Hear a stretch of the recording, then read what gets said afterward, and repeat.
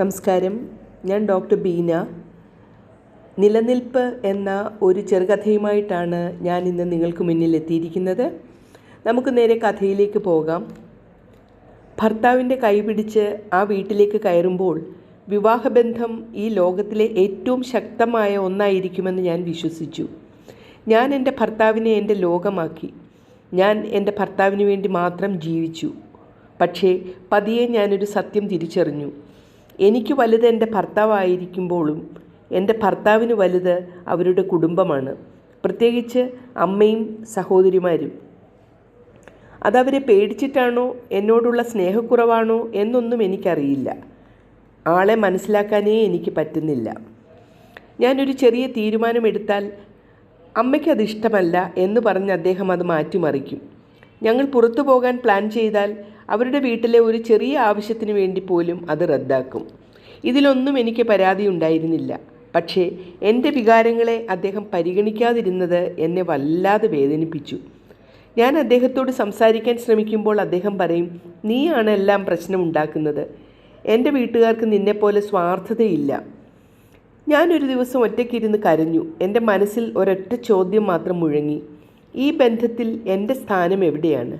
ഞാൻ അദ്ദേഹത്തിൻ്റെ ഭാര്യയാണ്. എന്നെ വിശ്വസിക്കാനും എന്നെ പിന്തുണയ്ക്കാനും അദ്ദേഹത്തിന് കടമയില്ലേ? അദ്ദേഹം എന്നും സ്വന്തം വീട്ടുകാർക്ക് വേണ്ടി സംസാരിക്കുന്നു, അവരുടെ ഇഷ്ടങ്ങൾ നടത്തി കൊടുക്കുന്നു. പക്ഷേ എൻ്റെ കണ്ണുനീരിനെ അദ്ദേഹം കണ്ടിട്ടേയില്ല. ഞാനൊരു വീട്ടുപകരണത്തെ പോലെ ആവശ്യമുള്ളപ്പോൾ മാത്രം ഉപയോഗിക്കുന്ന ഒരാളായി മാറിക്കൊണ്ടിരിക്കുകയാണ്. ഒടുവിൽ ഞാൻ അദ്ദേഹത്തോട് തുറന്ന് സംസാരിച്ചു. നിങ്ങളുടെ വീട്ടുകാരെ സ്നേഹിക്കുന്നത് ഒരു തെറ്റല്ല. പക്ഷേ നിങ്ങളുടെ ഭാര്യയായ എന്നെ വേദനിപ്പിച്ചുകൊണ്ട് നിങ്ങൾ അവർക്ക് വേണ്ടി മാത്രം നിലകൊള്ളുമ്പോൾ നിങ്ങൾ തകർക്കുന്നത് നമ്മുടെ ബന്ധമാണ്. നിങ്ങളുടെ ജീവിതത്തിലെ പ്രഥമ സ്ഥാനം എനിക്ക് നൽകാൻ കഴിയുന്നില്ലെങ്കിൽ നിങ്ങൾ എന്തിനാണ് എന്നെ വിവാഹം കഴിച്ചത്? അദ്ദേഹം ഉത്തരം പറയാതെ നിന്നു.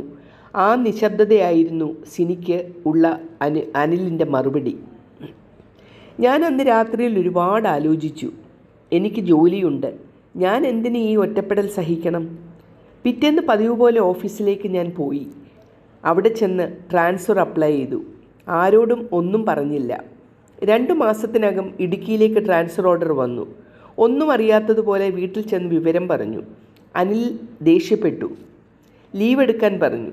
ഞാൻ സമ്മതിച്ചില്ല. ഏതായാലും ഞാനില്ലെങ്കിലും ഇവിടെ ഒരു കുഴപ്പവും വരാനില്ലല്ലോ എന്ന് മാത്രം പറഞ്ഞു. അങ്ങനെ ഒരാഴ്ചയ്ക്കുള്ളിൽ തന്നെ പുതിയ ഓഫീസിൽ ജോയിൻ ചെയ്തു. അങ്ങനെ മാറി താമസിക്കാൻ തുടങ്ങിയതോടെ അനിലേട്ടൻ എന്നെ വല്ലാതെ മിസ് ചെയ്യാൻ തുടങ്ങി. എന്നെ ഫോൺ വിളിക്കുന്നത് അദ്ദേഹം പതിവാക്കി. എന്നെ കാണാൻ വരാൻ തുടങ്ങി. അങ്ങനെ കാര്യങ്ങൾ മുന്നോട്ട് പോയി. എൻ്റെ ആവശ്യം ആൾക്കിപ്പോൾ മനസ്സിലായി തുടങ്ങി. ആരുണ്ടെങ്കിലും ഏറ്റവും സ്വകാര്യ ജീവിതത്തിന് പങ്കാളി തന്നെ വേണമെന്ന് ആൾക്ക് മനസ്സിലായി. പിന്നെ ഒരിക്കലും കൂട്ടുകുടുംബമായി താമസിക്കാൻ ഞാൻ തയ്യാറായില്ല. കാലങ്ങൾ ഒരുപാട് മുന്നോട്ട് പോയി കഴിഞ്ഞു. ഇന്ന് കുഞ്ഞുങ്ങളുമായി സന്തോഷമായ ഒരു കുടുംബജീവിതം ഞങ്ങൾ നയിക്കുകയാണ്. ഈ കാലത്തിനിടയിൽ ഞങ്ങൾ സ്വന്തമായി വീട് വെച്ചു. യാത്രകൾക്കായി കാറ് വാങ്ങി.